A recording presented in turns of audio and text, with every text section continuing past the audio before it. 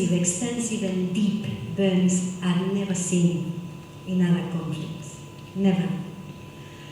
The extension of the burns and the depth of the burns is something that I will never forget.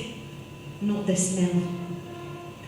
A lot of closed and open fractures, a lot of head injuries, spinal injuries, and all these in young people, in children, in women, some of them pregnant. The lives are shattered forever, you know, and the need for reconstructive surgery and for mobility aids for Gaza is going to be huge in the future. And we are talking about active population. I don't know how they're going to manage.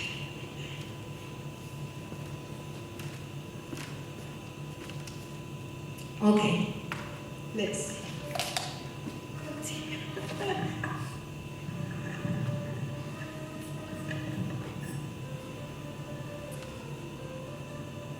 I told you I was going to allow myself to be emotional. Anyway, let's talk about a day. I was going to initially I put here a normal day, but it's not a normal day there. So I took away the normal. Let's describe a little bit of the day.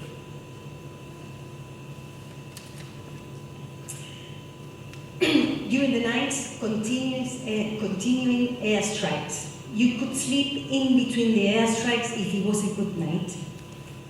The walls shaked like crazy, the windows as well, sometimes they broke, the children were crying. In the nursing school was another displaced camp, internal displaced camp. So it was another IDP camp, mainly for hospital staff. So you have all the children there and all the nurses and the doctors there. We were sleeping in a corridor because it was protected. It had 2 walls on each side, so it was no windows. We were sleeping on the corridor on the floor. And we had one toilet for 15 to 17 people because we had drivers with us. And we had one kitchen, and we were the lucky ones.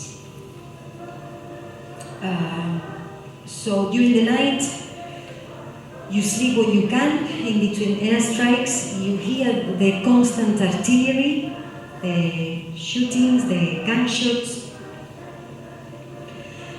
And at 6 o'clock I didn't wake up, I was awake. So I used to go and do some yoga and some stretching and something I call yoga. I don't know if it's yoga anyway.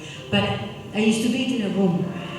And I remember the thickness of the air, the smell, the sounds of the artillery, you know,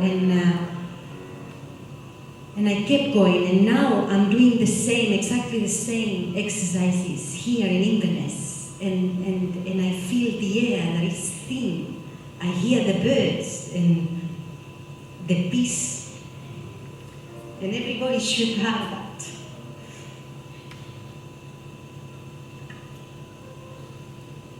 Okay. After the yoga, if you're lucky, you had some bucket showers. If you were lucky, you had some water. If not, some wipes. And that was the day, the hygiene for the day.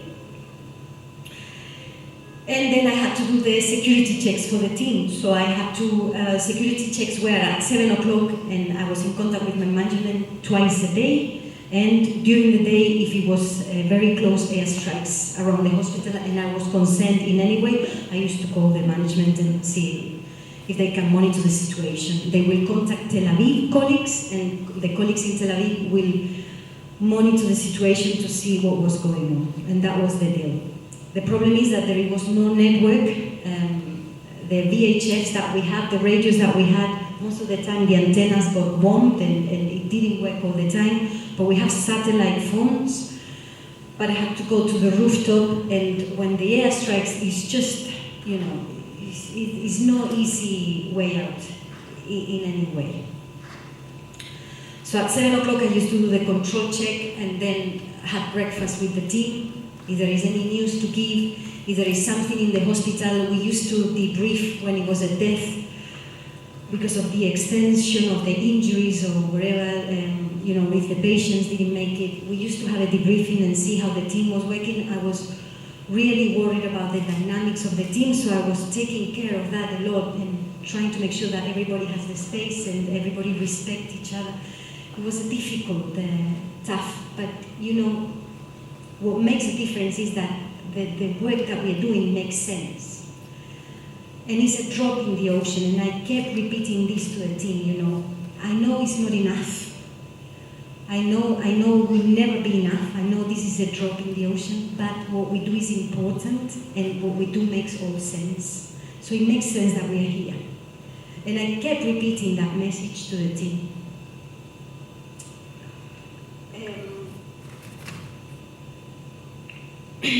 What else? Let me see. Then, after breakfast, we walked to the hospital, and the operating theatre that we had assigned, one of the team will go there, and if we had a complete second team, they will distribute in the OTs upstairs, in the OTs operating theatre, sorry. In the operating theatres upstairs, so the Ministry of Health had another 5 operating theatres upstairs.